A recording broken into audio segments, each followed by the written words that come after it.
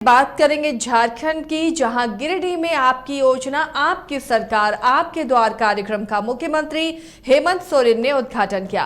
कार्यक्रम के जरिए उन्होंने जनता से सीधा संवाद किया और सरकार की जन कल्याणकारी योजनाओं के बारे में लोगों को बताया। साथ ही शिविर के माध्यम से लोगों को लाभ सुनिश्चित किए जाने की भी जानकारी दी है।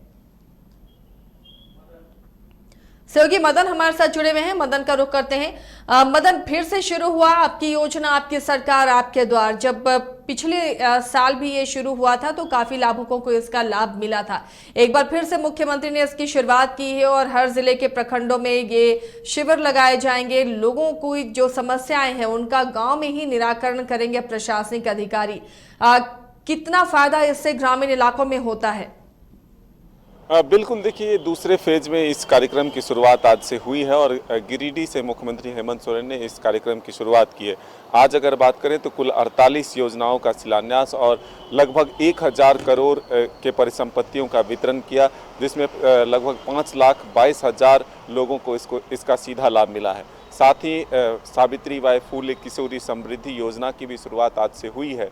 ऐसे में हम कह सकते हैं कि सरकार के द्वारा जो ये आपकी योजना आपकी सरकार और आपके द्वार कार्यक्रम है, इसके तहत सरकार की जो मंशा है वो गांव और पंचायत तक सरकार की योजनाओं को पहुंचाने का है। गांव के हर व्यक्ति तक जो है इस योजनाओं का लाभ मिले, इसको लेकर के ये कदम बढ़ाया गया है। साथ ही सरकार की तरफ से यह सख्त निर्देश भी दिया गया है कि हर दिन इस योजनाओं की जो है इस कार्यक्रम की मॉनिटरिंग हो और हर सप्ताह जो है वो समीक्षा की जाए।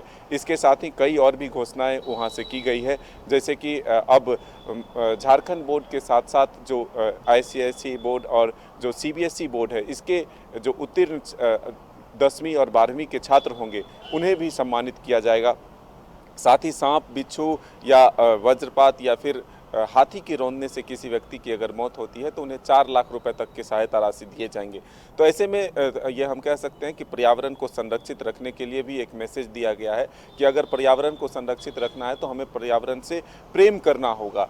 तो आज अगर हम बात करें तो सीधे तौर पर सरकार के द्वारा एक मैसेज लोगों तक पहुंचाई गई है कि अब से पहले तक सरकार सिर्फ योजना बनाती थी। सरकार की योजनाओं को जानने के लिए लोगों को कार्यालय का चक्कर लगाना पड़ता था, लेकिन ये सरकार जो है वो सीधे तौर पर आम लोगों तक के लिए जो है योजना बनाती है। आम लोगों की सरकार है और आपके द्वार पर पहुंचकर सरकारी योजनाओं की जानकारी। लेकिन मगर लगातार आप लोग फील्ड में रहते हैं, रिपोर्टिंग करते हैं, क्या ये जो शिविर लगाए जाते हैं, जो सरकार लोगों के द्वार तक पहुंचती है, क्या वाकई वहां पर सोल्यूशन होता है, उनका समाधान होता है, योजनाओं का लाभ मिलता है वहां?